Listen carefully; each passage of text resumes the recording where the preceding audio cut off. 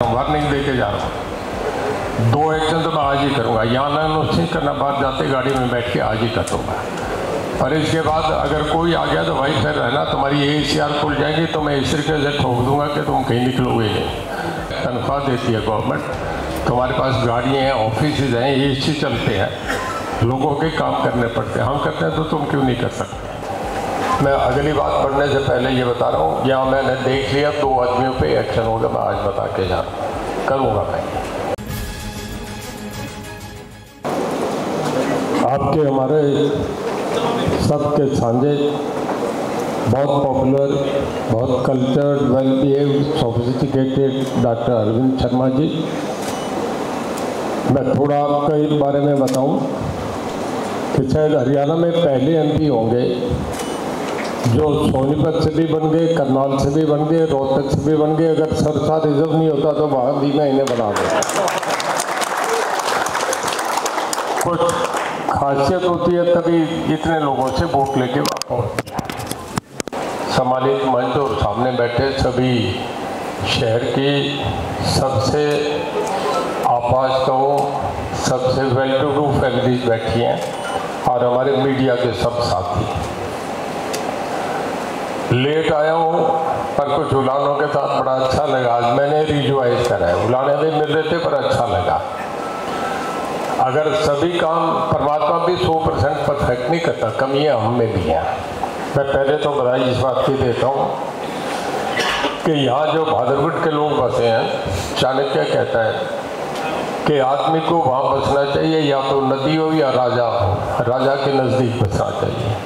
तो यहाँ के लोग बड़े कि यमुना के नज़दीक भी बैठे हैं और राजा के नज़दीक हस्तिनापुर से लेकर आज तक दिल्ली देश की राजधानी रही है। और इस करके बहादुरगढ़, आपके गाजियाबाद, गुड़गांव या सोनीपत में जो भी बैठा है वो अपनी स्टेटों में सबसे आगे, समर्थ, पैसे वाला, मजबूत और इंटेलिजेंट आदमी रहा है। आवाज़ ठीक आ रही है ना जी?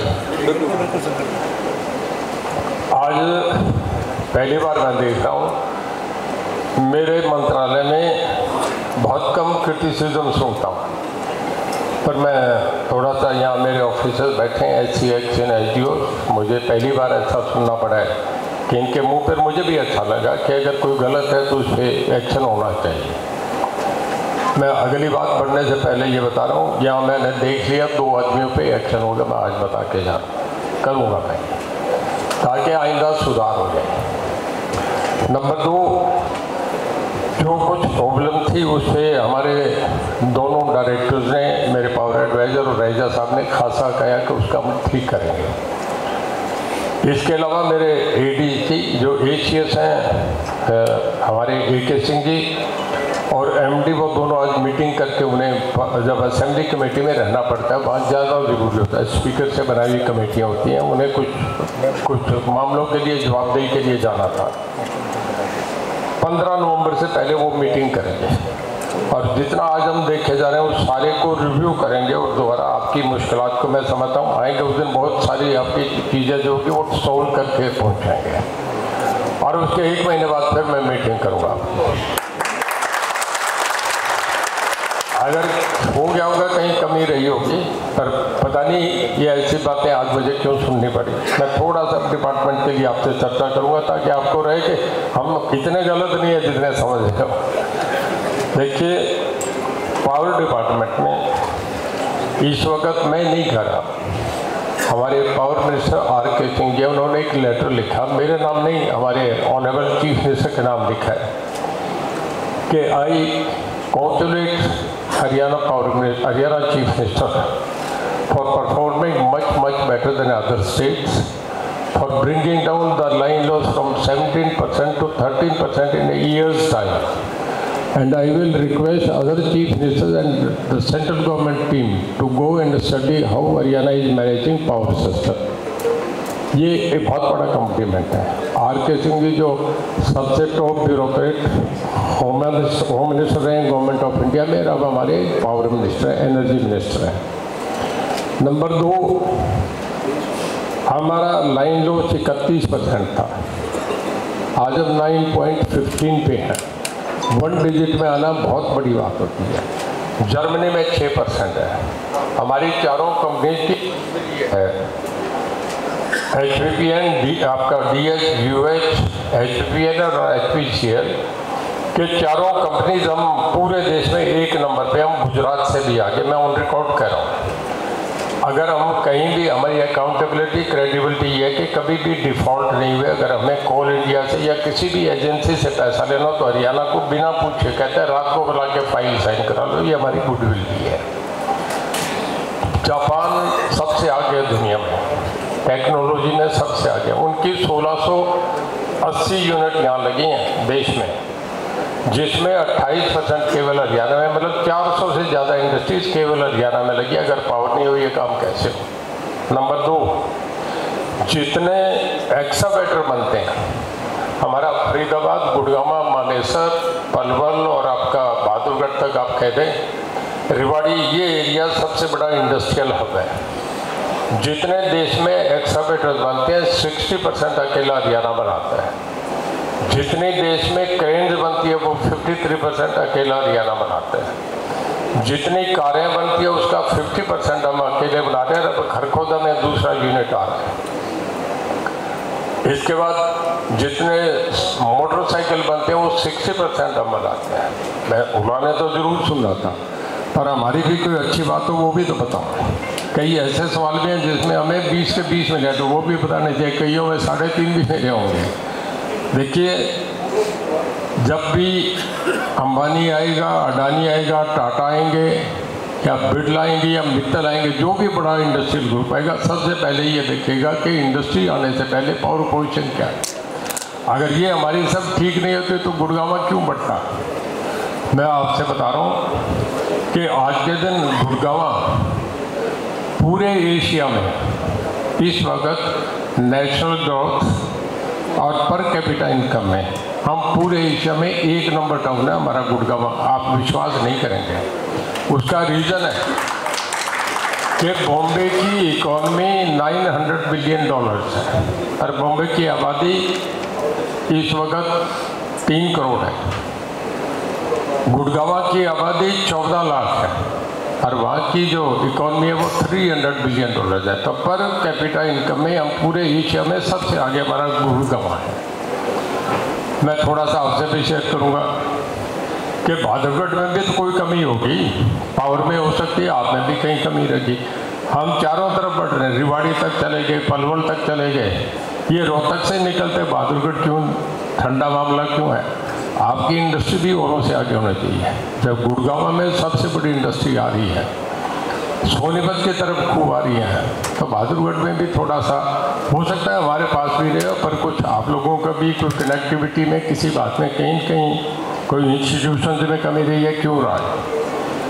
पर जो हो गया उसे हो जाए। घड़ी 9, 10, 11, 12 बजाती है, 12 के बाद घड़ी 11 पे नहीं जाती, फिर वो आगे 1 पे चलती है। जो पहले हो गया उस पर हम भी कांटा मारते हैं, आप भी कांटा मारो। पर आज के बाद जो मैंने आपकी तकलीफ़ें सुनी से हम ठीक करेंगे। मैं कुछ चीज़ें जो 2 आपको बताऊं जो आपके यहाँ की है, बड़े पॉजिटिव पॉइंट हैं। जितने आपके सभी इंडस्ट्रियल कनेक्शन जो थे, जिनकी ACT पर जो इंटरेस्ट है वो दे दिया गया है, ये आपके अकाउंट में साथ ही साथ ट्रांसफ़र हो गया। ये आप ज़रा चेक कर रहे हैं। LT इंडस्ट्रीज़ को जो एवरेज देते हैं वो 18 दिन में हम कनेक्शन दिया गया है, जबकि RTS लिमिट अगर देखें तो उसमें 30 डेज़ है, हमने इसे 18 दिन में भी करा है। ऐसे 3497 LT इंडस्ट्री कनेक्शन है जो इसके कंज्यूमर्स बेनिफिशरीज हैं। हम कर भी रहे हैं, पर ठीक है कि कुछ बातें हमारे स्टाफ के ना रहने से, इसमें भी मैं इस हिसाब से कहूँगा कि ये रहें या अगला आए वो ये करें कि आइंदा मॉनिटर करें, सब SDOs को और JE को बुला के मीटिंग करें। ये महीने के महीने, और मैं DC साहब से कहूँगा हमारा डिपार्टमेंट पूरा कोऑपरेट करेगा। मेरे और शर्मा जी के अफसर से आप ये काम भी करें कि इनकी भी क्लास में DC पूरे डिस्ट्रिक्ट के इंचार्ज होते हैं। अगर इस तरीके की तकलीफ है तो आप करें, मेरे से बात करें, मैं तुरंत एक्शन लेंगे। और आज के बाद मैंने बहुत सुन लिया, अब दोबारा इंडस्ट्री डिपार्टमेंट में तकलीफ नहीं आने देंगे।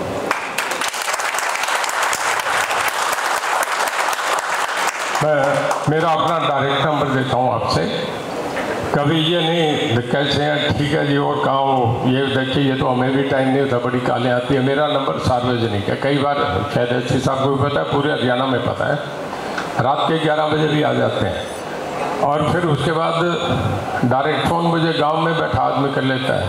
और कई बार ऐसी ऐसी बातें, क्या है सो गया था कि जाग रहा है क्या, हाँ है क्यों, अब तुम 11 बजे को तुम सो मेरे क्यों पूछ रहा है। फिर भी फ़ोन लेता हूँ जी और बैक कॉल करता हूँ। पर मैं मेरा नंबर दे रहा हूँ, मिसयूज नहीं हो, अगर तकलीफ़ हो तो मुझे कभी करें। मेरा नंबर है 70158 33792। कभी कोई ऐसी बात हो तो मुझे भी डिस्टर्ब कर ले, मैं सुनूंगा, तुरंत एक्शन लूँगा। पर 70158 मैं पर्सनली कैरी करता हूँ 33792। पर ये नहीं हो कि एक आदमी अगर रोज़ ही करता रहे तो फिर मुझे ब्लॉक ना करना पड़े। हाँ, मतलब थोड़ा सा मैं कह रहा हूँ मर्यादा दोनों तरफ से निभनी चाहिए। तो मैं आपका इस आज के बाद मैं सुन रहा था पीछे सरदार साहब को भी, या भी आप भी बोल रहे थे, मैंने आपको भी सुना और मैं उन्हें बहुत मन से ले रहा हूँ। ये बातें दोबारा रिपीट नहीं होगी, ये मैं कह के जा रहा हूँ, जो कह के जा रहा हूँ इस पर कभी भी फिर नहीं, मैं बड़ा स्ट्रिक्ट हूँ इस मामले में। हम नरम हो सकते हैं पर एडमिनिस्ट्रेशन के मामले में कभी भी कोताही नहीं करता, ना सुनता ना बर्दाश्त करूँगा। और आज के बाद ये कह के जा रहा हूँ इंडस्ट्री में आपका कल से ही आप देखना कि एकदम चेंज आएगा, मैं पूरा सख्ती से एक्शन करूँगा। मेरे इंजीनियर डायरेक्टर्स रेगुलर विजिट करेंगे, फिर चेक करेंगे। और मैं इस हिसाब से कह के जा रहा हूँ, जो एसडीओ ने भी कह के जा रहा हूँ, वार्निंग दे के जा रहा हूँ। 2 एक्शन तो मैं आज ही करूँगा, यहाँ ना नुस्खी करना, बाहर जाते गाड़ी में बैठ के आज ही कर दूँगा। और इसके बाद अगर कोई आ गया तो भाई फिर रहना, तुम्हारी ACR खुल जाएगी तो मैं इस तरीके से ठोक दूँगा कि तुम कहीं निकलोगे नहीं। सारा कैरियर नहीं बर्बाद करवा लेना, काम करना है, तनख्वाह देती है गवर्नमेंट, तुम्हारे पास गाड़ियाँ हैं, ऑफिस हैं, AC चलते हैं, लोगों के काम करने पड़ते हैं, हम करते हैं तो तुम क्यों नहीं कर सकते। लोग ऐसे भी हैं जो यहाँ से 4 बजे खाना बना के ट्रेन में बैठते हैं, बच्चों के मुंह नहीं देखते, और रात के 11 बजे आके फिर घर में अपने लोग ऐसे भी काम करते हैं, हमें सीखना चाहिए। तो आज बड़े अच्छा लगा, सबकी बातें सुनी, सबकी तकलीफ़ें सुनी, और वह ये भी जानते हैं कि सबसे बड़ा रेवेन्यू भी तो इंडस्ट्री से आता है। अगर हमें देखें तो सारे हरियाणा से इतना नहीं आता जितना अकेला गुड़गांव देता है।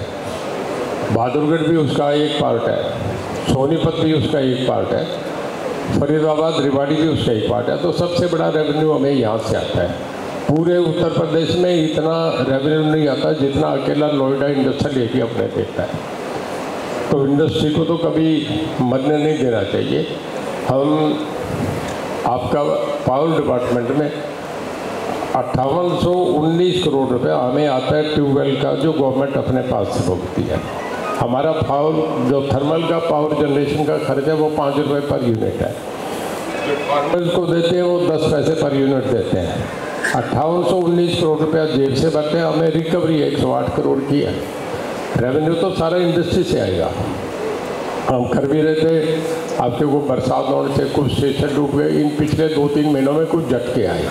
पर आज जो मुझे सबसे ज़्यादा जिस बात की तकलीफ हुई कि कई बार कट लगते हैं, ये मुझे रात रोहतक में भी थोड़ा जिक्र करा, यहाँ भी करा।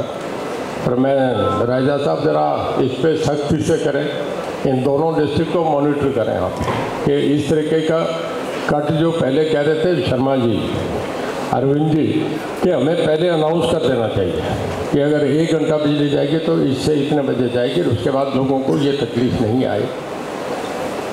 बहुत बातें हो गई, अब तो ये है कि सुधार होना चाहिए बातें करने में, और मैं 10 बात कह लूँ, डिपार्टमेंट की अच्छी बात कह लूँ, उसका फ़ायदा नहीं है।